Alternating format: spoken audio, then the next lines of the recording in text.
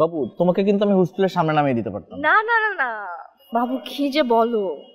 দেখো হোস্টেলের সামনে গেলে ঝামেলা হতে পারে না মানে আমার না, আমি তোমার জন্য বলছি। দেখো ওইখানে যদি তোমার কোনো আত্মীয় স্বজন থাকে, তোমার ওয়াইফের কোনো আত্মীয় স্বজন থাকে, দেখলে তখন কি হবে চিন্তা করো বাবু। বাবু আমার কোনো আত্মীয় স্বজন বা আমার ওয়াইফের কোনো আত্মীয় স্বজন এখানে থাকে না তো। না থাকলে তুমি জানো শোনা, দেখো কোন চিপা থেকে কোন বিল্ডিং থেকে তোমার জুম করে যে তোমার ভিডিওটা করবে তোমার ওয়াইফের কাছে পাঠিয়ে দিবে, তারপর বুঝো কি ঝামেলাটা হয়ে যাবে।